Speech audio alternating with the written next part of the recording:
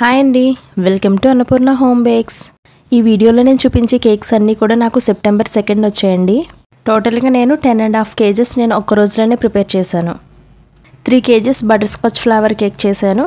అదేవిధంగా 5 kgs pineapple cake and 1 kilo kulfi cake and 3 half kgs కూడా నేను చాక్లెట్ ఫ్లేవర్ చేశానండి, అది కూడా ఎగ్లెస్. ఇలా నేను టోటల్గా 10.5 kgs కేక్స్ని ప్రిపేర్ చేశాను.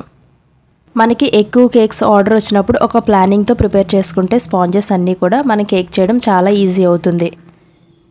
ఈ వీడియోలో నేను 3 kgs cake and 5 kgs cake పెద్ద కేక్స్ ఉన్నాయి కదండి, వాటిని నేను చూపించట్లేదు.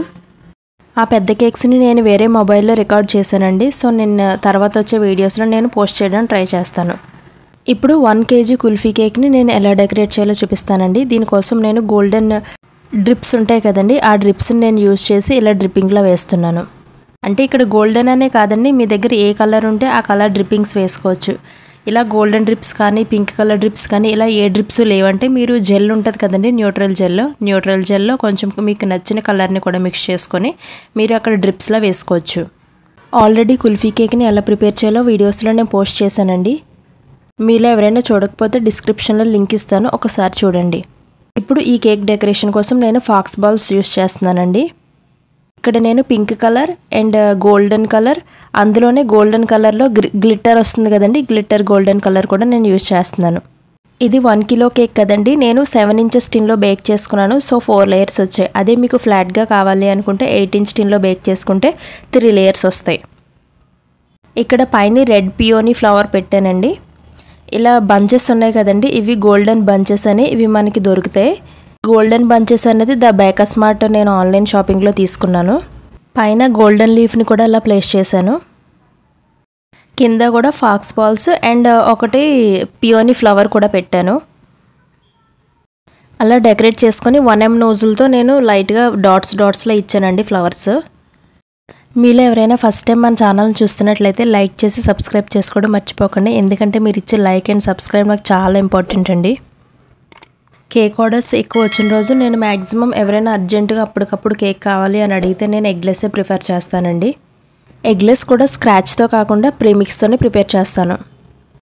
ఇప్పుడు ఈ కేక్ విషయానికి వస్తే కేక్ చూడండి, లుక్ బాగుంది కదండి, బట్ బయట కొంచెం నాకు హెవీగా అనిపించింది.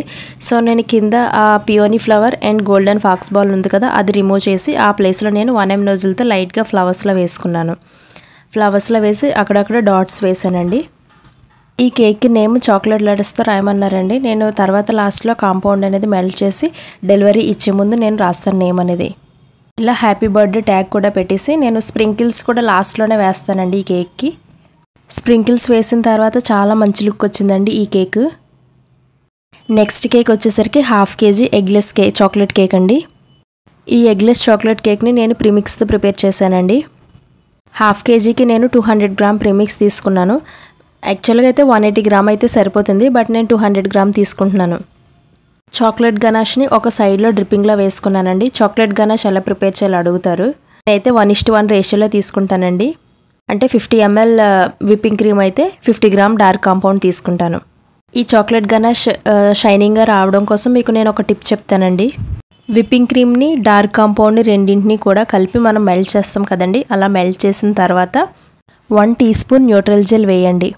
అదేవిధంగా కలర్ ఇంకా మనకి డార్క్గా కనిపించడం కోసం 1 drop బ్లాక్ జెల్ కలర్ కూడా వేయండి.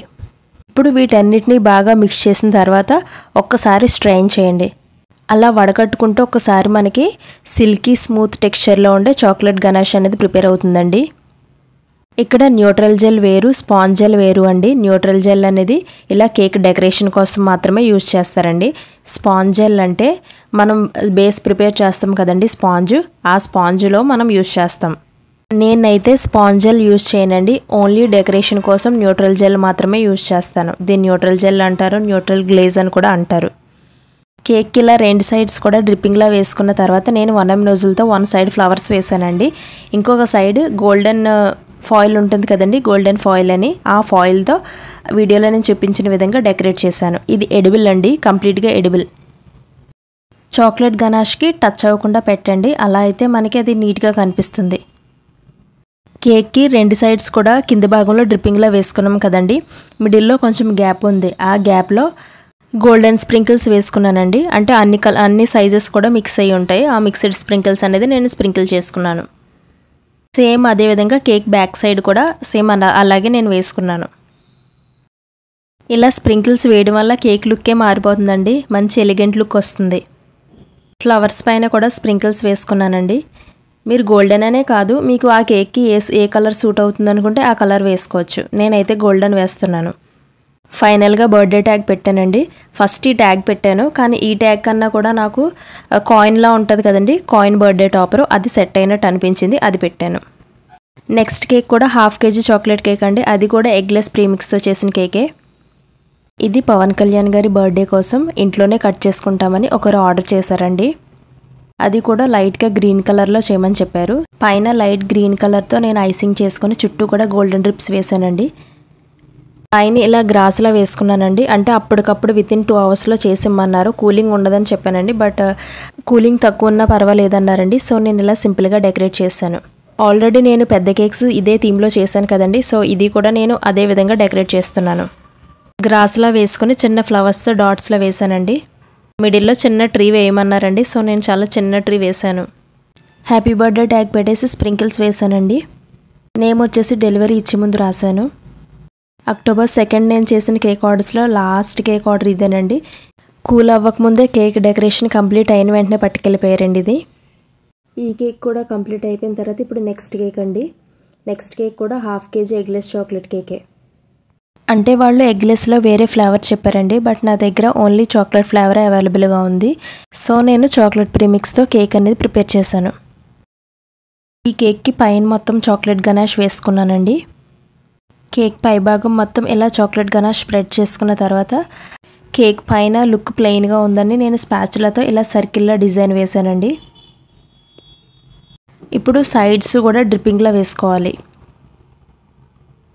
ఇలా కేక్ పైన చాక్లెట్ గనాష్ ఎప్పుడు స్ప్రెడ్ చేసినా సరే కేక్ని మినిమం 1/2 అవర్ అనేది మనం ఫ్రిడ్జ్లో ఉంచాలండి.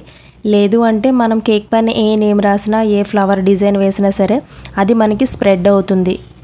అంటే చాక్లెట్ గనాష్ అనేది సెట్ అవ్వకముందే మనం నేమ్ రాసినా లేదంటే ఫ్లవర్ వేసినా సరే మనం రాస్తున్నప్పుడే అది స్లిప్ అవుతుందండి.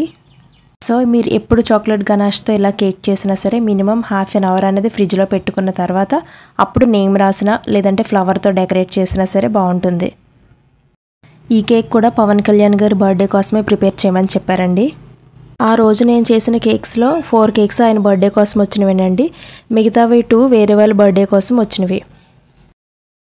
మిగతా 3 కేక్స్ గ్రీన్ కలర్ థీమ్తో చేశానండి, బట్ ఈ కేక్ అయితే నార్మల్ చాక్లెట్ కేక్ ఎలా చేస్తామో అలానే డెకరేట్ చేశాను.